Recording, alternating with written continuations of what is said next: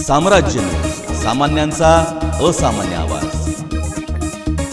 गुढीपाडव्याला आपण जगन्नाथ रथयात्रा करतो, पण यावेळी कोरोनाच्या महामारीच्या अनुषंगाने अजून परवानगी नव्हती आणि भगवंताच्या कृपेने गुढीपाडव्याच्या मुहूर्तावरतीच आजपासून ते निर्बंध उठलेले आहेत सगळे.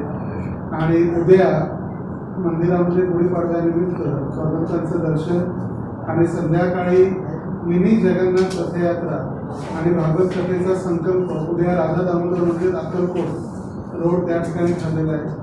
आणि 3 तारीख ते 9 तारखेपर्यंत पद्मावती कन्व्हेन्शन MIDC या ठिकाणी श्रीमान कुंडल कृष्ण प्रभू वृंदावनवासी आहेत.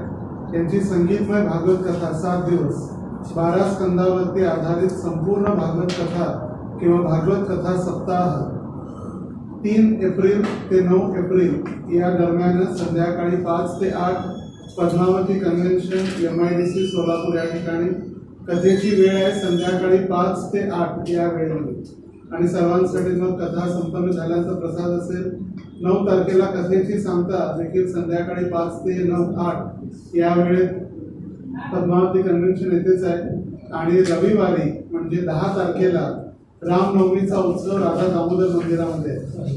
आणि कथा जी आहे ती संपूर्ण 12 स्कंद भागवत कथा होईल आणि प्रत्येक दिवशी कथेच्या शेवटी भागवताची आरती आणि कथेमध्ये जे वेगवेगळे उत्सव असतील जसं जन्माष्टमी आहे, गोवर्धन पूजा आहे, भगवंतांचा अभिषेक आहे, 56 भोग आहे, अशी संगीतमय भागवत कथा या कोरोनाच्या कालावधीनंतर पहिल्यांदाच असं मोठा कार्यक्रम आयोजित करण्यात आलेला आहे.